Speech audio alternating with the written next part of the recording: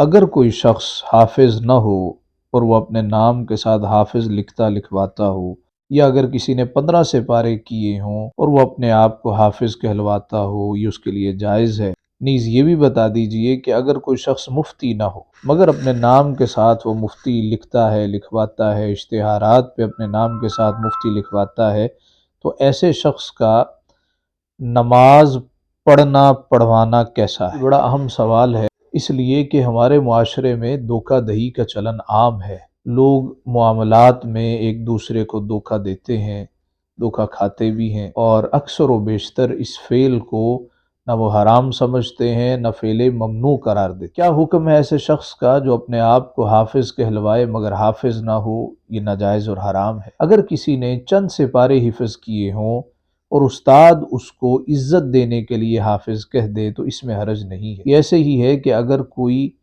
First year کا student ہو اور وہ MBBS کا سفر کر رہا ہو تو اس کو ڈاکٹر صاحب کہنا شروع کر دیتے ہیں، اس یقین اور امید کے ساتھ کہ یہ مستقبل میں ڈاکٹر بنے گا۔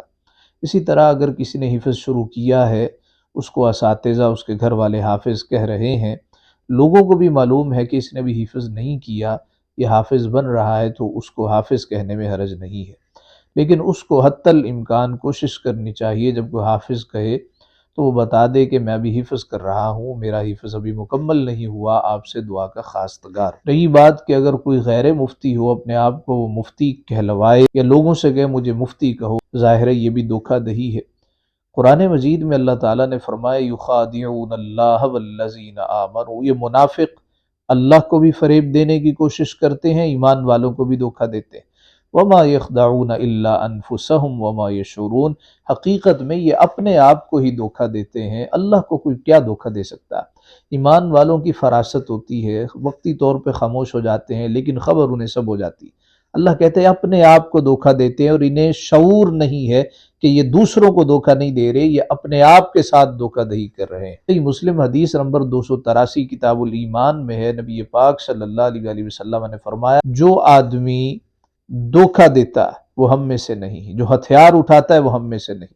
صحیح بخاری میں حدیث ہے، نبی پاک صلی اللہ علیہ وسلم نے فرمایا قیامت کے روز ہر گروہ کے پاس ایک جھنڈا ہوگا، دھوکہ دہی والوں کو دور سے لوگ پہچان جائیں گے کہ یہ لوگ جو اس جھنڈے کے نیچے ہیں یہ دھوکہ دینے والے۔ اگر کوئی پہلے دوسرے سال کا طالب علم ہے اپنے نام کے ساتھ مفتی لکھواتا ہے، چونکہ کرائیٹیریا تو ہے کوئی نہیں، جس کو مرضی حافظ لکھ دیں، جس کو مرضی آپ مفتی لکھ دیں، تو لوگ خود اپنے آپ کو مفتی کہلوانا کہہ کے بھئی لوگ بھی مجھے مفتی کہیں، یہ پسند کرتے ہیں۔ یہ عمل قابل گرفت ہے، یہ عمل قابل تحسین نہیں ہے، لہٰذا ایسے لوگ دھوکہ دہی کے مرتکب ہوتے ہیں۔ اپنی نماز پڑھیں تو فبہا، اعلانیہ طور پہ اگر وہ ایسا دھوکہ دے رہے ہیں تو ان کو نماز نہیں پڑھانی چاہیے۔ لوگوں کو چاہیے وہ ایسے لوگوں سے کہیں جی جب تک آپ یہ مفتی نہیں بن جاتے یا اب حافظ نہیں بن جاتے، چونکہ آپ دھوکہ دے رہے ہیں اور دھوکہ دینا اسلام میں ناپسندیدہ ہے، فعل حرام ہے، اس وقت تک آپ سے گزارش ہے کہ آپ مصلی امامت پہ نہ کھڑے ہوں۔